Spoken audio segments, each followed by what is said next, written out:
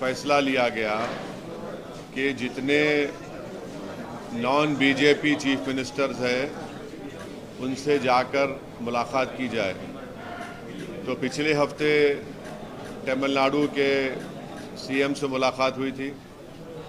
कल जाकर all India Muslim personal law board के प्रेसिडेंट मौलाना खालिद सैफुल्लाह रहमानी साहब, तेलंगाना के चीफ मिनिस्टर जनाब रेवंत रेड्डी साहब से मुलाकात की है और हम लोग इन मुलाकातों में ये बता रहे हैं कि जो बीजेपी एनडीए की गवर्नमेंट ने जो वक्फ अमेंडमेंट बिल लेकर आया है, वो उसके ख़तरात क्या है, उसके डेंजर्स क्या है, और उस बिल में वक्फ को बचाने के बजाय वक्फ को बर्बाद करने का वो बिल है। और हम लोग वेरियस उसमें प्रोविजंस बता रहे हैं, जो बिल के जो क्लॉजेस हैं उसका हम जिक्र करके बता रहे हैं कि ये इस बिल के ज़रिए से बीजेपी वक्फ को ख़त्म करना चाहती है और वक्फ प्रॉपर्टीज़ को ख़त्म करना चाहती है। इससे मुसलमानों के फ्रीडम ऑफ रिलीजन में फ़र्क पड़ेगा। इससे आर्टिकल 25, 26, आर्टिकल 14 का वायलेशन होगा। तो ये पूरी कोशिशें की जा रही हैं पर्सनल लॉ बोर्ड की तरफ से, और फ्यूचर में personal law board public meetings भी करेगा और उन तमाम अपोजिशन पार्टी के लीडर से भी मुलाकात करेगा जिन्होंने वक्फ बिल की अपोज किया है। जैसा कि वाईएसआर पार्टी भी है, उन्होंने भी पार्लियामेंट में उसको अपोज किया है। और आइंदा वक्फ बोर्ड की तरफ से all India personal law board की तरफ से भी जाकर आंध्र प्रदेश के चीफ मिनिस्टर चंद्रबाबू नायडू साहब से भी मुलाकात की जाएगी।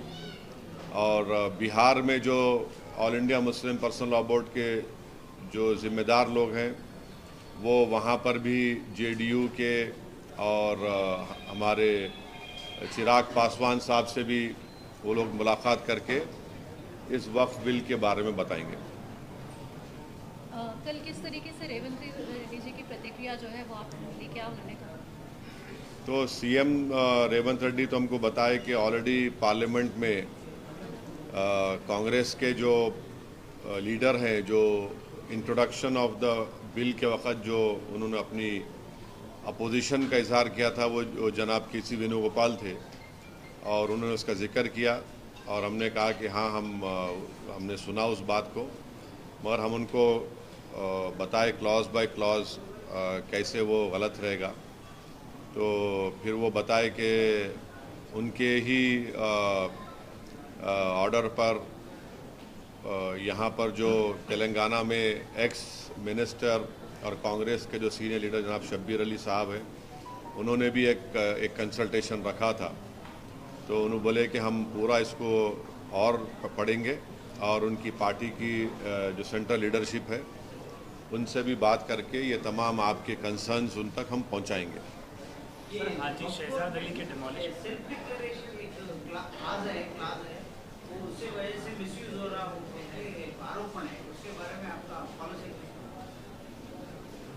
तो देखिए, आपको गलत इन्फॉर्मेशन है। वो है 1995 का एक्ट में, भाई वो फ़ोन बंद करो या प्रेस कॉन्फ्रेंस ख़त्म कर दो यार। 1995 के एक्ट में सेक्शन 40 है सीओ को, जो सीओ के पावर्स है वो हिंदू एंडोमेंट बोर्ड के कमिश्नर को भी पावर्स है, और कोई भी जाकर ऐसा नहीं बोल सकता कि वक्फ है। अगर खबरस्तान दिखा, अगर मस्जिद दिखी, दरगाह दिखी, तो वो तो गवर्नमेंट प्रॉपर्टी नहीं हो सकती ना प्राइवेट प्रॉपर्टी हो सकती। तो वो पावर सीओ को थे। हमारा डिमांड ये है नरेंद्र मोदी सरकार से कि सेक्शन 40 में लास्ट 10 इयर्स में इनको पावर में है ना, वो सेक्शन 40 का अगर एब्यूज हुआ है उसके आप हमको एग्जाम्पल्स दो, या फिर अगर कोई कोर्ट का फैसला है जो सेक्शन 40 के खिलाफ बोले, चाहे सुप्रीम कोर्ट का हो, हाई कोर्ट का हो या वक्फ ट्रिब्यूनल का हो, वो बताओ हमको। आपके ने कोई डेटा है क्या? बल्कि सुप्रीम कोर्ट का एक जजमेंट है जिसमें सुप्रीम कोर्ट ने कहा कि सेक्शन 40 का सही इस्तेमाल हुआ और आप आगे बढ़ो। वो जजमेंट याद नहीं आ रहा, मगर रीसेंट जजमेंट है सुप्रीम कोर्ट का वो। अच्छा, जैसे अभी हम बात कर रहे हैं तो वहीं पर दूसरी तरफ से आरोप ये भी लग रहा है कि वक्त की जो ज़मीन है उसका दूसरे तरीके से भी इस्तेमाल किया जा रहा है, मार्केट्स बनाए जा रहे हैं। क्या बनाए जा रहे हैं? मार्केट बनाया जा रहा है, उससे जो भी रेंट या जो भी पैसा आता है वो मुसलमानों तक या जो गरीब मुसलमान है वहाँ तक पहुँच ही नहीं रहा है, तो उसका दुरुपयोग भी किया जा रहा है, ये आरोप लग रहा है। नहीं, देखिए, आरोप लग रहा है, ये सब चीज़ें हो सकती नहीं हो सकती, मगर सवाल ये है कि इस प्रपोज बिल में सेक्शन 3 एक है जिसमें ये नरेंद्र मोदी की गवर्नमेंट ये बोल रही है कि सेक्शन 3 में अगर किसी वक्फ प्रॉपर्टी पर गवर्नमेंट कब्जा करके बैठी हुई है तो कलेक्टर उसका फैसला करेंगे और कलेक्टर फैसला करने के बाद उसका रेवेन्यू में रिकॉर्ड चेंज होगा और वक्फ बोर्ड को बोला जाएगा कि आपके वक्फ के रिकॉर्ड से उसको निकाल दो। तो सेक्शन 3(r)(c)(1) कुछ है। तो पहले तो यह है कि कलेक्टर अपने ही केस में जज नहीं हो सकता, ये प्रिंसिपल्स ऑफ नेचुरल जस्टिस के खिलाफ है। आप कलेक्टर को बोल रहे हैं कि तुम अपना ही फैसले का जज बन जाओ, और मैं आपको बोल रहा हूं कि सच्चर कमेटी के चैप्टर 11 में वक्फ प्रॉपर्टीज का जिक्र है। उस चैप्टर में आप 11.5 बॉक्स को पढ़ो जिसमें 6 स्टेट का जिक्र है जहां पर गवर्नमेंट वक्फ प्रॉपर्टीज के ऊपर कब्जा करके बैठी हुई है, जिसमें दिल्ली के 200 प्रॉपर्टीज पर कब्जा करके बैठे हुए हैं। तो अब ये सेक्शन अगर रहेगा तो इसकी वजह से कोई भी कलेक्टर ये बोल देगा कि गवर्नमेंट प्रॉपर्टी है, और कौन सा कलेक्टर गवर्नमेंट के खिलाफ फैसला देगा? बताओ आप, कौन सा कलेक्टर देगा? और तीसरी बात यह है कि सुप्रीम कोर्ट के कई जजमेंट्स है जहां पर सुप्रीम कोर्ट ने कहा कि कलेक्टर और रेवेन्यू किसी को टाइटल बेस्टो नहीं कर सकते। तो अब रेंट का आप बोल रहे ना, यकीनन रेंट बढ़ना चाहिए। तो सच्चर कमेटी में एक रिकमेंडेशन था कि पब्लिक प्रेमिसेस एविक्शन एक्ट वक्फ पे लागू करो, वक्फ बोर्ड पे। आप लागू नहीं कर रहे हैं, आप लागू कर दो ना भाई, उसको दे दो आप। और इसी आपके सवाल से रिलेटेड एक बात है कि जैसा हिंदू एंडोमेंट बोर्ड को समरी इविक्शन पावर्स है, कमिश्नर ऑफ एंडोमेंट को, असिस्टेंट कमिश्नर को, वो स्टेट वक्फ बोर्ड को नहीं है। आप समरी इविक्शन पावर्स दो हमारे को, ताकि एनक्रोचमेंट निकाल सकें, ताकि जो किराया नहीं दे सका उन पर एक्शन ले सकें, या कम किराया दे रहा है। अच्छा, अब किराया नहीं देने की आप बात कर रहे हैं। मेरी एक स्पीच है 2013 की पार्लियामेंट में, जब ये 2013 का बिल आया। आपको मालूम, कलकत्ता में एक प्रॉपर्टी है जिसमें कॉन्स्टिट्यूशनल हेड रहे थे, उन्होंने महीने को किराया क्या देते घर का? 150 रुपये। प्राइवेट छोड़ो आप, उन्होंने कॉन्स्टिट्यूशनल हेड है, 150 रुपये किराया देते उन्होंने। अब 150 रुपये, इतना बड़ा घर में रहे कलकत्ता में, 150 रुपये किराया कोई है क्या? बोलो आप, इसका जिम्मेदार कौन है? नहीं, एक ये भी आ रहा है कि मस्जिद हो या कब्रिस्तान हो, उनको भी तोड़कर जो है मार्केट या कमर्शियल पर्पस के लिए इस्तेमाल किया जा रहा है, और वो कमर्शियल नहीं, ये तो आप गलत बोल रहे हैं। ये तो सेक्शन 3 में government, Modi government Waqf by user को खत्म करना चाह रही है।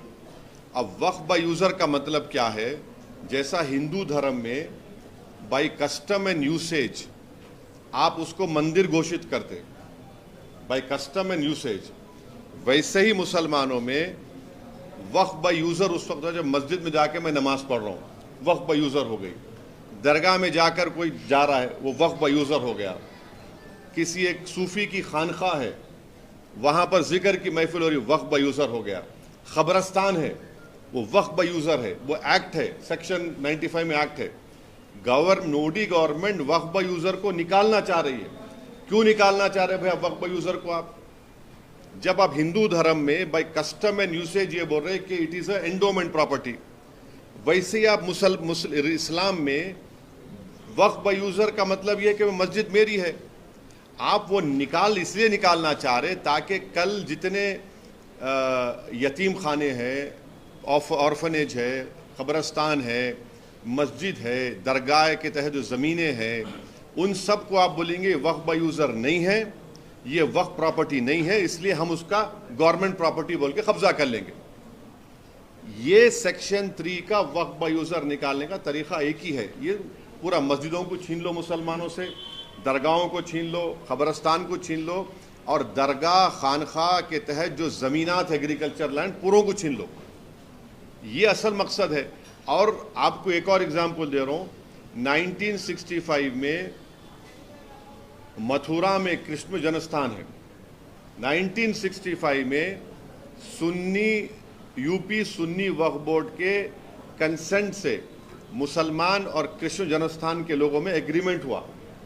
एग्रीमेंट ये हुआ कि जो मुसलमानों की वक्फ की प्रॉपर्टी थी उसको 8 एकर्स हम कृष्ण जन्मस्थान को देंगे सुन्नी वक्फ बोर्ड के परमिशन से।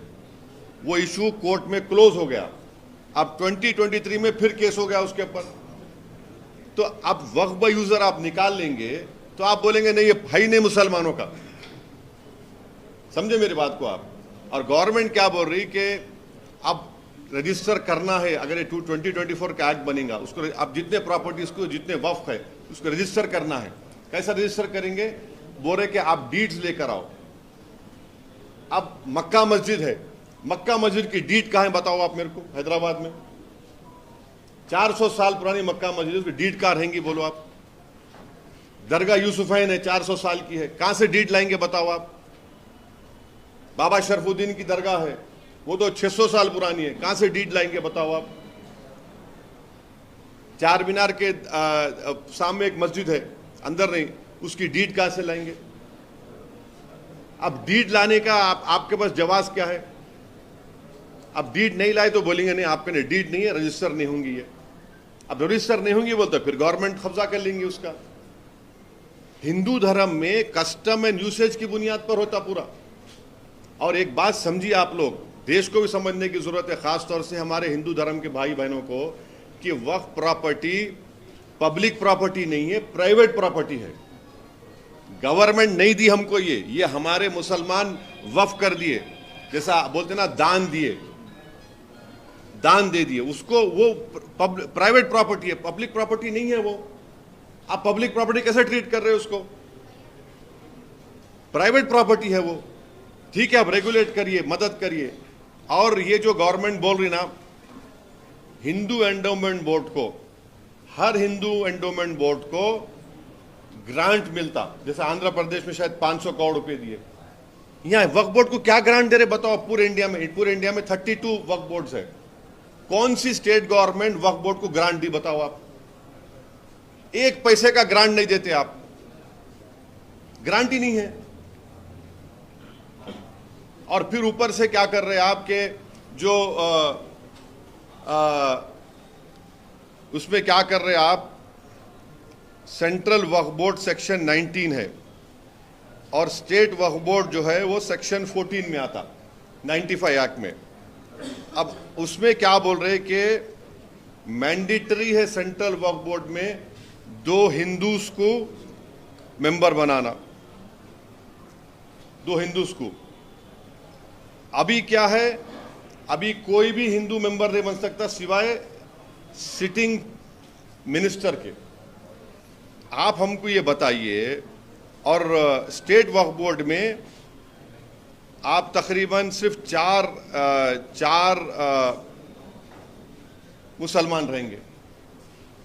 अब गवर्नमेंट का प्रपोजल क्या है कि स्टेट वक्फ बोर्ड में जो मेंबर्स बनते, एक मुतवल्ली कैटेगरी का इलेक्शन होता, एमएलए कैटेगरी का इलेक्शन होता, एमपी कैटेगरी का इलेक्शन होता और जुडिशरी का, बार काउंसिल का, ये 4 इलेक्शन होते। अब गवर्नमेंट, मोदी गवर्नमेंट क्या बोल रही? इलेक्शन नहीं, हम नॉमिनेट करेंगे। क्यों नॉमिनेट करेंगे भाई? आप इलेक्टोरल प्रोसेस के खिलाफ क्यों हैं? और फिर आप ये बोल रहे कि नॉन मुस्लिम को मेंबर बनाएंगे। मैं नरेंद्र मोदी को चैलेंज कर रहा हूं और आपके सामने अब जो बोल रहा हूं आप जरा इसको गहराई से सुनिए। उत्तर प्रदेश में काशी विश्वनाथ टेम्पल एक्ट है 1983, आप लिख लो ये। उसमें सेक्शन 3 है। सेक्शन 3 ये बोलता है कि no person unless he is a Hindu by religion be eligible for being or continuing as a member of the board or executive committee or chief executive or as an employee।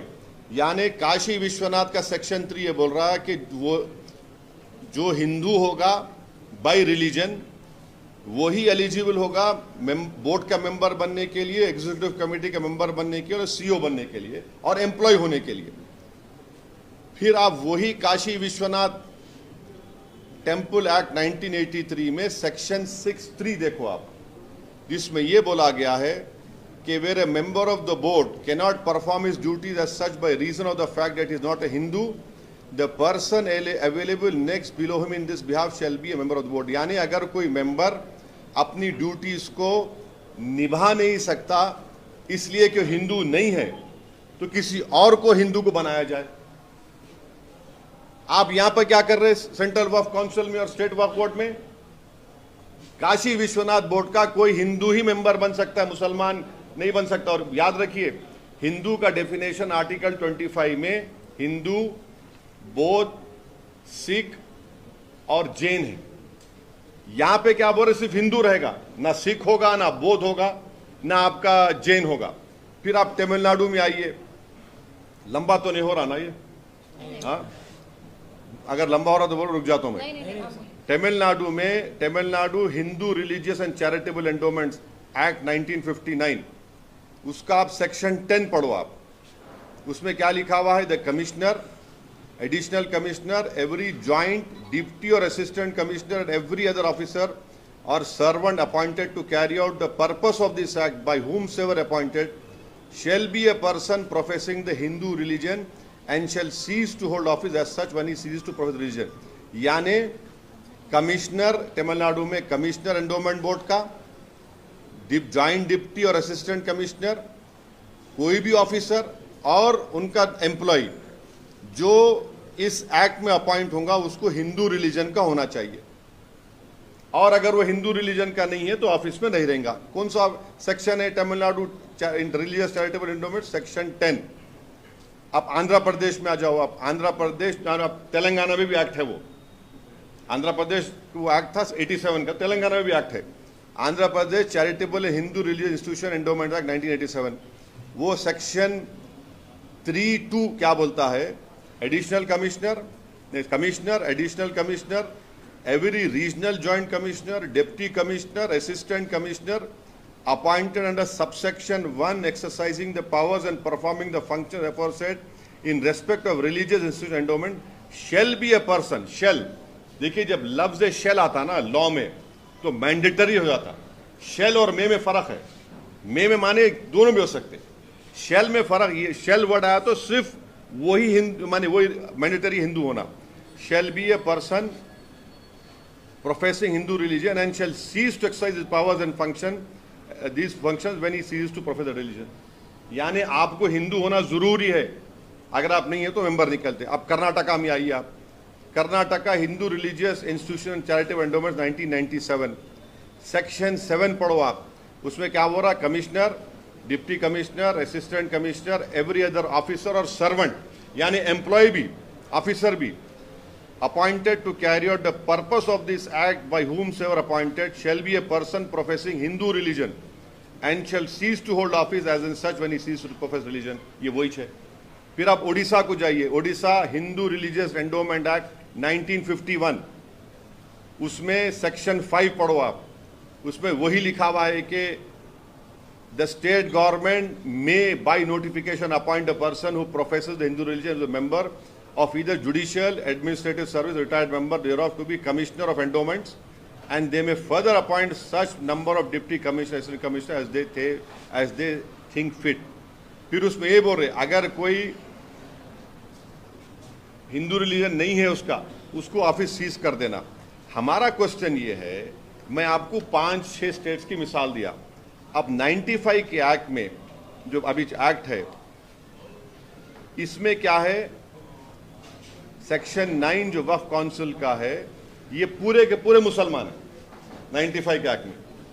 अब 2024 में government क्या बोल रही है कि 2 members under this section shall be non Muslim, माने 2 member कम से कम must है आपको नॉन मुस्लिम बनाना। ये वायलेट करता आर्टिकल 15, 25, 26, 29 कॉन्स्टिट्यूशन। डिस्क्रिमिनेशन है, ये कंप्लीट डिस्क्रिमिनेशन है। अब आप आ जाइए स्टेट वक्फ बोर्ड पे, 90 जो स्टेट वक्फ बोर्ड सेक्शन 14 है 1995, जिसमें पूरे मेंबर मुस्लिम हो सकते, पूरे मेंबर मुस्लिम होते। अभी अब इन्होंने क्या कर दिए, यहां पर क्या कर दिए, खाली 4 कर दिया स्टेट वक्फ बोर्ड में। हमारा बोलना यह है कि भाई साहब, जब काशी विश्वनाथ के एक्ट में, हाँ, फिर आपके तमिलनाडु के Hindu religious charitable endowments act 59 में, आंध्र प्रदेश के charitable Hindu institution endowment act 1987, Karnataka के Hindu religious institution charitable endowment 1997, Odisha के 1951 एक्ट में, इन सब में बोला जा रहा है कि commissioner, assistant commissioner, CO, employ तक हिंदू होना। आप क्यों हमारे पीछे पड़े हुए वक्फ बोर्ड के? अब ये बताओ आप, ये नाइंसाफी नहीं है तो क्या है? तो इस बिल में वक्फ बोर्ड को, वक्फ प्रॉपर्टीज को बचाने के बजाय बर्बाद करने का तरीका है ये। आपको और एक मिसाल दे रहा हूं, आप जाकर सेक्शन 52 ऑफ 95 एक्ट पढ़ो, जिसमें यह बोला गया, अगर आज कोई आदमी वक्फ प्रॉपर्टीज को इलीगली बेचता है या चोरी करता है, उसको एक्ट में लिखा गया 2 years रिगरस इंप्रिजनमेंट। आप हिंदी पिक्चरों में देखे होंगे, डायलॉग आता, क़ैद बामुशक्क़त। अब क़ैद बामुशक्क़त को करके सिंपल इंप्रिजनमेंट कर दिए, सिंपल इंप्रिजनमेंट कर दिए। कौन सा वक्फ का बचा रहे आप? फिर वो नॉन बेलेबल था, इसको बेलेबल कर दिया आप। ये कौन सा वक्फ प्रॉपर्टीज को बचा रहे? आप तो बर्बाद करना चाह रहे। अब पार्लियामेंट के सामने मस्जिद है, पार्लियामेंट के राइट सामने, जिसमें फखरुद्दीन अली अहमद की खबर है। अब कल कोई जाकर पूछे कि भाई इसका डीड बताओ, कहां की डीड निकलेंगी? डीड कहां निकलेंगी? डीड नहीं निकलेंगी। आप बोलेंगे वक्फ बाय यूजर नहीं है, गवर्नमेंट प्रॉपर्टी है। खबरस्तान को जाके बोलेंगे डीड निकालो। अब जितने खबरां हैं, वो हजरत ईसा अलैहिस्सलाम बोलते थे खुम बिइज़्निल्लाह, बोलते मैं तो नहीं बोल, कोई नहीं कर सकता वो। अब वो खबरों में से कौन पुकार के बोलेंगे हाँ हमारे पास डीड है? बोल कौन बोलेगा? बोलो आप। यतीम खाने हैं, आप बोलेंगे दरगाहें हैं, कहां से लाके देंगे? तो ये सेक्शन 3 वक्फ बाय यूजर का असल मकसद क्या है कि मुसलमानों से उनकी मस्जिद, दरगाहें, कब्रस्तान, यतीम खानों को छीन लेना।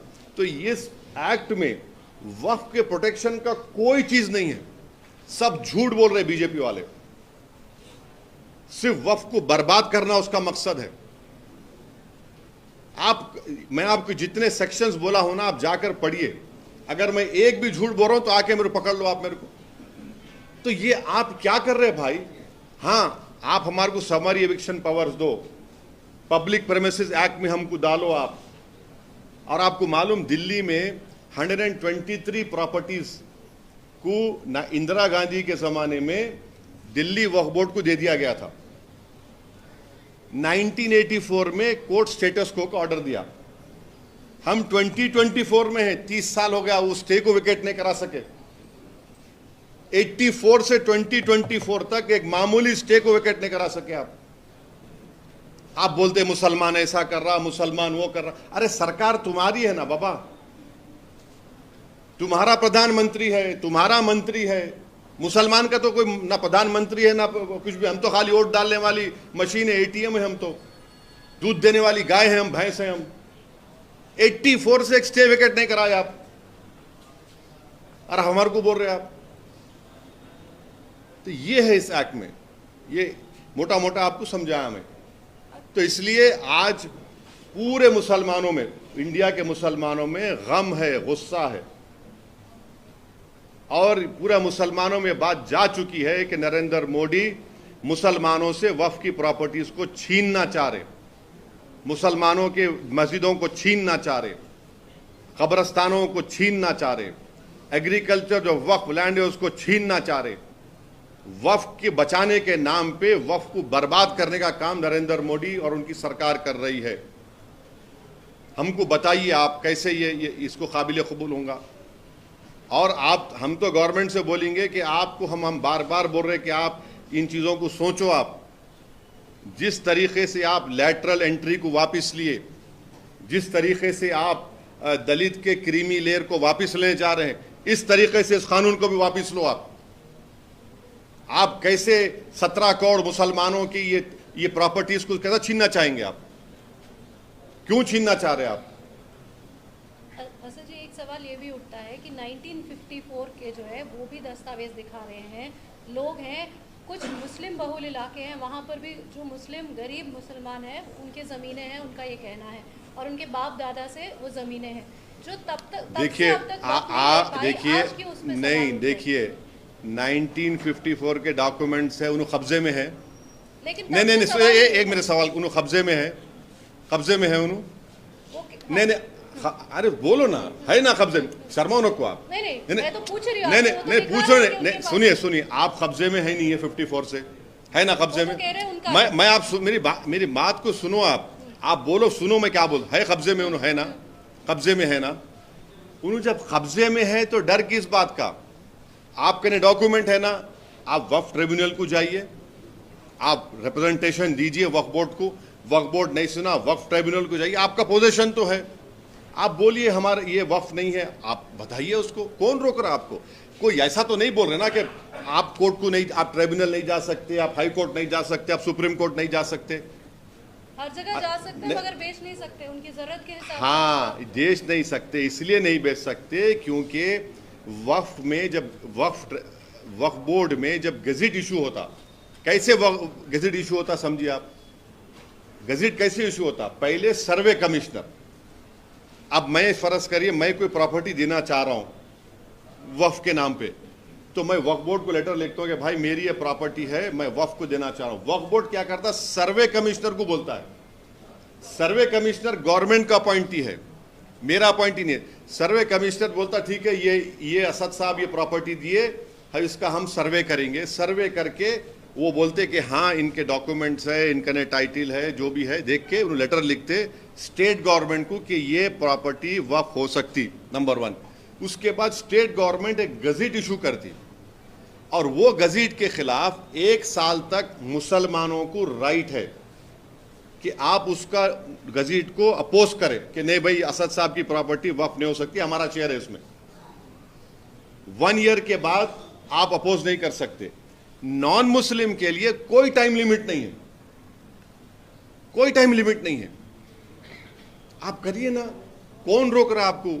कौन सा जुडिशियल रिव्यू रोक रहे? अच्छा, अब जो ट्राइब्यूनल है, अभी ट्राइब्यूनल जो है उसमें एक डिस्ट्रिक्ट जज है appointed by the chief justice of that state, एक है इस person who has knowledge of Islamic theology, दूसरा एक एमिनेंट पर्सन है। ये तीनों मिलकर फैसला करते।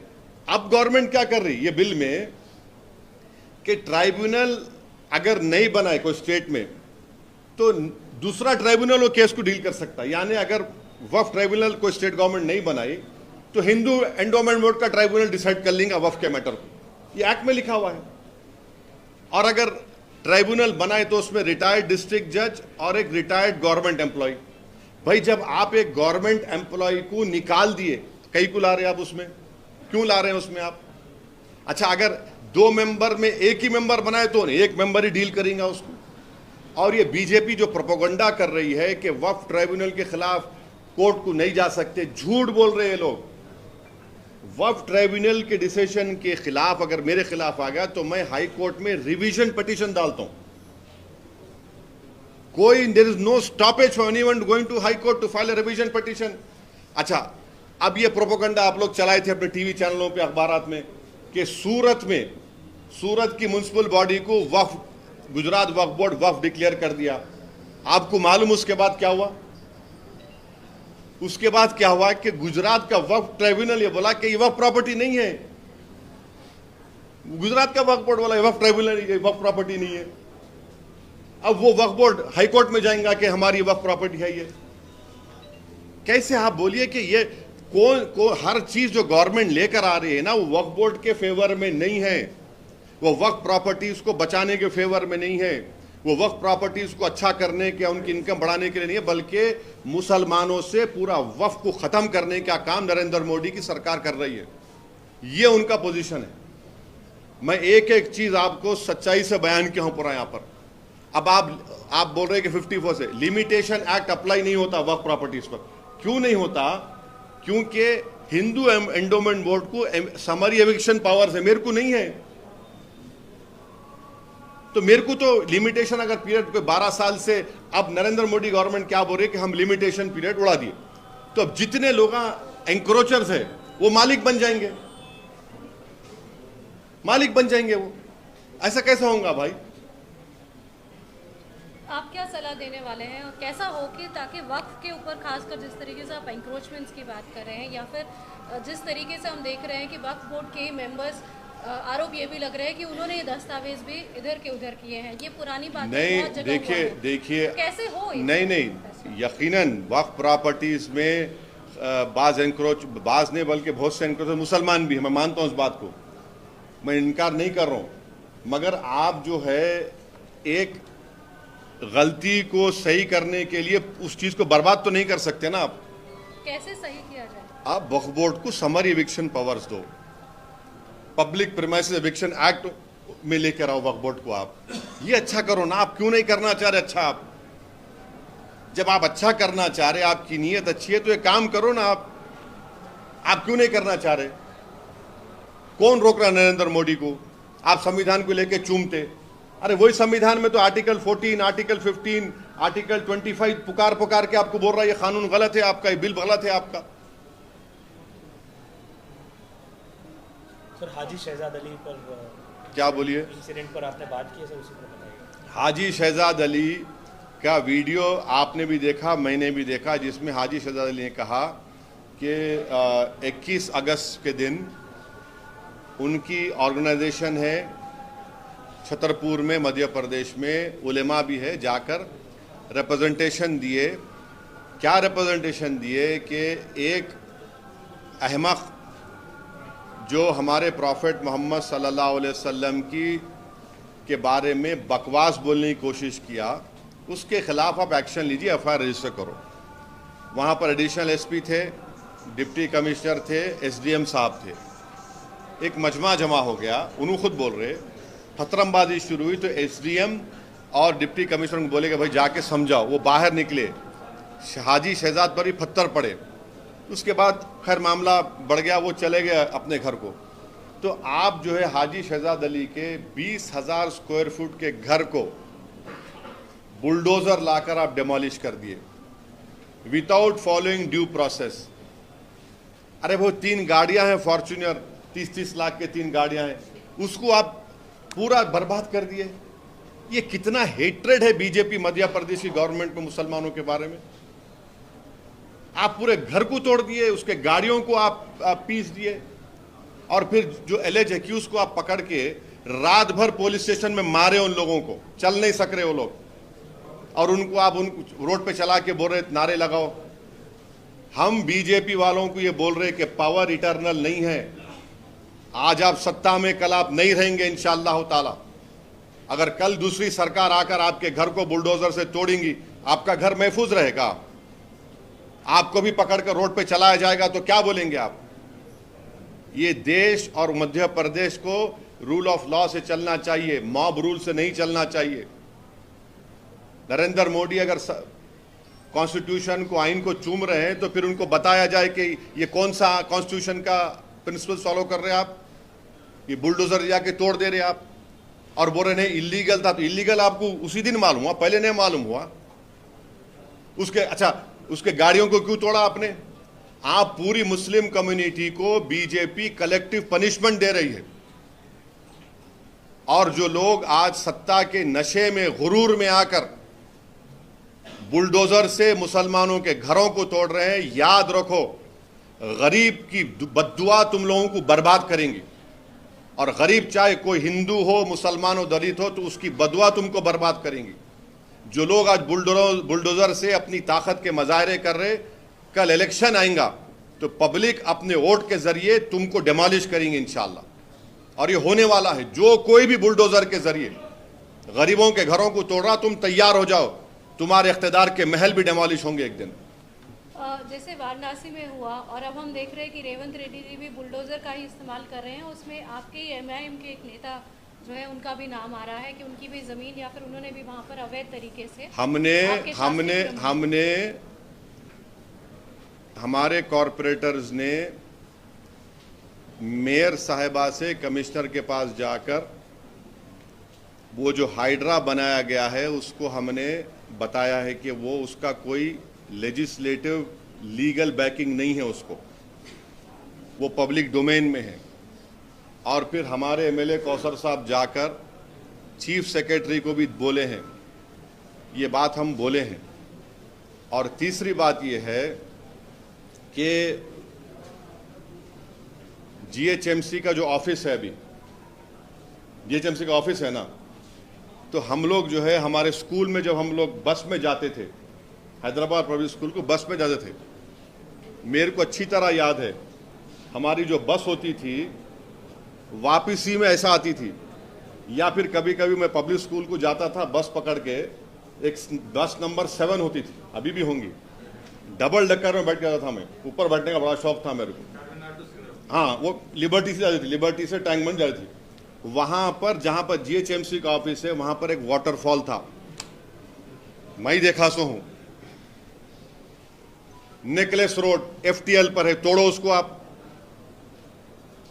नेकलेस रोड एफटीएल पे है, बोल रहा हूं मैं आपको, तोड़ते आप उसको? तोड़ना चाहिए ना भाई, कौन रोक रहा आपको? एफटीएल है, सीसीएमबी का, गवर्नमेंट ऑफ इंडिया का ऑफिस है हिमायत सागर के पास, बना लिया आप, गवर्नमेंट ऑफ इंडिया का है। तो ये हमारा ऑब्जेक्शन इस बात पर है, ये हमारा ऑब्जेक्शन इस बात पर है। और फिर जहां पर निज़ाम के ज़माने में जब उन्होंने हुकूमत थी उनकी, तो उन्होंने एक उसको क्या बोलते, टोन बोलते, क्या बोलते हो, पत्थर को, हाँ नहीं, वो स्टोन्स लगाते थे कि ये एफटीएल है, स्टोन्स लगाते थे, अभी भी है वो, देख लो आप जाके।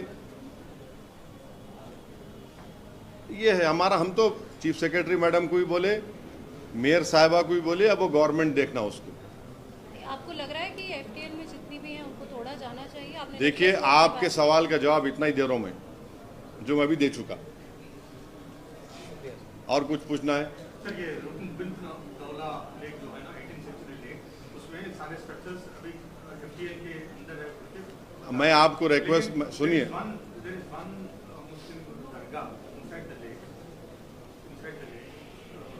अच्छा और एक बात, एफटीएल में और एक बात है, गोलकुंडा में गोल्फ कोर्स है, एफटीएल में है। अब कितने लोग गोल्फ खेलते हैं, मैं तो जिंदगी में मेरे को मालूम ही नहीं गोल्फ क्या होता, एफटीएल में है।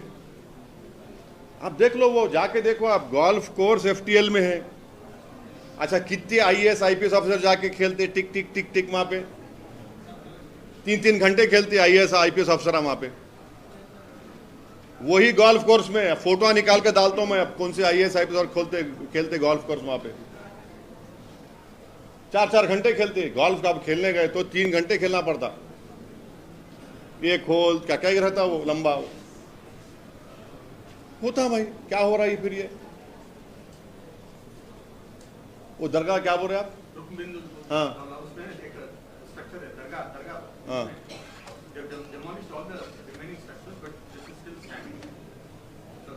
दरगाह को वैसे no, I am thankful for the small mercies. I am thankful for those small mercies. What can I say? लेकिन जरूरत है, आपको लग रहा है क्या? आज की तारीख में जिस तरीके से यहाँ की जनसंख्या बढ़ रही है, देखिए मैडम, जनसंख्या बढ़ रही है तो मुसलमान जिम्मेदार? हाँ, अरे छोड़िए ना, अरे छोड़िए ना, ये क्या की जरूरत है? अब देखिए, हमारा जो पार्टी का स्टैंड है, हम मेयर साहिबा को, चीफ सेक्रेटरी मैडम को हम दे चुके हैं। अब उनको डिसाइड करना है। अब गवर्नमेंट जो फैसला ले रही है वो गवर्नमेंट ले रही है। हम तो यही बोलेंगे कि हम जो दिए आप रिप्रेजेंटेशन का एग्जामिन कर लो आप। सर, ऐसा पता चल रहा है कि नीतीश कुमार और चंद्रबाबू नायडू ने इन प्रिंसिपल ये अमेंडमेंट बिल को अपोज कर रहे हैं। आप रिपोर्टेड देखिए, I cannot speak for both of these political party और these leaders. It is for them to say, but definitely the TDP MP when he stood up in the parliament, Mr. Balayogi's son, late Balayogi's son, he said that this should be referred to a committee. That is on record, he said. But I cannot speak for them. It is वो party है, वो लोग बोल सकते हैं अपने बारे में। अरे हम तो उनसे यही बोलेंगे कि ये जो चीज़ें बताया हूँ मैं, ये आप इस पर गौर करिए। ये वक्फ के इंटरेस्ट में नहीं लाया जा रहा है एक्ट, ये वक्फ प्रॉपर्टीज को बचाने के लिए एक्ट नहीं लाया जा रहा है। ये जो आरोप लग रहा है कि वक्फ की प्रॉपर्टी या फिर वक्फ से जो मेंबर्स हैं या फिर जो जिम्मेदार लोग हैं, वही लोग जो है मस्जिद और बाकी जो भी कब्रिस्तान जैसी जगहों को बर्बाद करके या उनको गिरा कर जो है उसके ऊपर मार्केट प्लेस बना रहे हैं। मेरा सवाल ये था, क्या ये सच में ऐसा हो रहा है? आप इसको मानते हैं? नहीं, कहाँ हो रहा है हमको बताइए ना। मैं आपको एक मिसाल दे रहा हूँ। अब आप इसमें से बात चैनल नहीं चलाएंगे इसको। एक यतीम खाना था बम्बई में, यतीम खाने को 20 करोड़ रुपए में बादशाह सलामत खरीद लिए।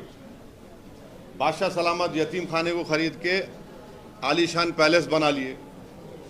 वो केस सुप्रीम कोर्ट में चल रहा। अब उसका जिम्मेदार कौन है? हम हैं। औरंगाबाद जालना रोड है, वहाँ जाके देखो आप कौन कब्जा करके बैठा हुआ है, कौन सी पॉलिटिकल पार्टी का आदमी बैठा हुआ है वहां पे। आप देख लो, आप कौन है? वो देख लो आप जाके। दिल्ली में 2 5 स्टार होटल है। किसकी जमीन पे 5 स्टार होटल बनी हुई है भाई साहब? ये मामू की दुकान पे नाना की फातिया कौन कर रहे? देख लो आप, देख लो आप। ये सब चीजें हैं ना। आप वक्फ प्रॉपर्टीज को अगर नरेंद्र मोदी बचाना चाह रहे तो आप हमारे को समरी एविक्शन पावर्स दो, आप पब्लिक प्रेमिस एविक्शन एक्ट में लेकर आओ। ये वक्फ बाय यूजर कैसा आप निकालेंगे? ये आप ओरल मुतवल्लीशिप को निकाल रहे। आप जो एक्ट लेकर आ रहे वो वक्फ को बर्बाद करेगा। प्राइम मिनिस्टर को इस पर सोचना चाहिए। ये प्राइम मिनिस्टर क्या लेगेसी छोड़ के जा रहे अपनी? क्या ये करना चाह रहे? वक्फ बोर्ड को बर्बाद करके जाना चाह रहे क्या आप एनक्रोचर्स को रिवॉर्ड करना चाह रहे बजाय उनको निकालने के? और उस एक्ट में जो 24 एक्ट में एक चीज है, आप लोग पढ़ो, मेरे को सेक्शन याद नहीं आ रहा, जिसमें इंदिरा गांधी इमरजेंसी में एक वर्ड इस्तेमाल करी थी कि उन्होंने जब इमरजेंसी डिक्लेयर करे थे इलेक्शन हारने के बाद, उसमें उन्होंने बोले थे कि no court should try this, no court should hear this. वही वर्ड, 3 वर्ड को इस्तेमाल करे इस एक्ट में। अब क्या इमरजेंसी लाना चाह रहे आप जाके पढ़ो, सेक्शन नंबर याद नहीं आ रहा मेरे को, वो हुआ है। चलिए साहब, थैंक यू। सर, 2022 में भी ऐसा कुछ अमेंडमेंट प्रपोज किया गया था, तो उसका इसका कुछ 2022 में 2022 में भी न्यू अमेंडमेंट बिल टू उसको वापस ले ली बीजेपी। नहीं, उसको बीजेपी वापस ले ली। They have taken it back, very cleverly they have taken it back. कोई कंसल्टेशन नहीं किए, स्टेक होल्डर से बात नहीं किए, कुछ भी नहीं करे।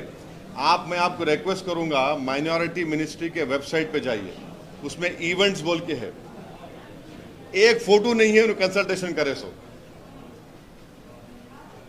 सेंट्रल वक्फ काउंसिल की वेबसाइट है, वहां जाके देखो आप, एक नहीं है, कुछ भी नहीं है। आप क्या करना चाह रहे भाई? और उसमें बोल रहे कि वक्फ और औलाद में, माने वक्फ और औलाद का मतलब ये है कि मेरी औलाद के लिए मैं वक्फ कर रहा हूँ, और बोलता हूँ कि इसमें से एक 30% मैं वक्फ की एक्टिविटीज़ के लिए, मैं बाकी मेरे औलाद के लिए, या फिर मैं बोलता हूँ इसका जो इनकम आएगा मेरे औलाद के लिए, उसमें जो ऑर्फन है, विडोज है। इसमें आप क्या कर दिए मोदी सरकार? लीगल हेयर्स का शेयर मार नहीं खाना। अरे भाई साहब, हिंदू धर्म में अगर कोई पेरेंट्स, उनके 2 या 3 बेटे हैं या औलाद है, उन्हें अपनी पूरी प्रॉपर्टी एक औलाद को दे सकते बाय विल। मुसलमान नहीं दे सकता, ओनली 1/3 दे सकता मुसलमान। समझिए आप, जिंदगी में हिंदू और मुसलमान अपनी प्रॉपर्टी को, अपनी औलाद को गिफ्ट कर सकते, गिफ्ट। मगर मैं एज ए मुस्लिम अल्लाह के नाम पे वक्फ नहीं कर सकता हूं। ये क्या बात है भाई? ये कैसा है बोलिए आप? उसमें आप एक्ट में डालिए बात। तो एक एक सेक्शन जो नरेंद्र मोदी बनाए हैं, वो मुसलमानों से उनका पर्सनल लॉ, मुसलमानों से उनका कॉन्स्टिट्यूशनल फंडामेंटल राइट छीनने का ये बिल बनाए। सर एक आखिरी सवाल, आप कितने सवाल बोलेंगे आखिरी? इंक्रोचमेंट्स के बारे में बात हो रही है, तो फिर चाहे वो हाइड्रा हो या वाराणसी, यूपी, मध्य प्रदेश, कहीं भी हो रहा है, इंक्रोचमेंट्स के ऊपर बुलडोजर चल रहा है। अच्छा, एक बात सुनिए, हाजी शहजाद अली का घर भी क्यों तोड़ा गया आपको मालूम? हाजी शहजाद अली का घर इसलिए तोड़ा गया, 20,000 स्क्वायर फुट का घर, क्योंकि वहां के गवर्नमेंट ने कहा कि एफटीएल में बनाए वो। यही सवाल। हाँ, एफटीएल में बनाए बोल के पूरी बिल्डिंग बन गई 20,000 स्क्वायर फुट। जब तक अथॉरिटीज के मुंह में गुलाब जामुन था, समझे ना आप, और उसका जूस चूस रहे थे, और जब बिल्डिंग बन गई एफटीएल में लाके तोड़ दिए। अब आप उसका नतीजा निकाल लो पूरा।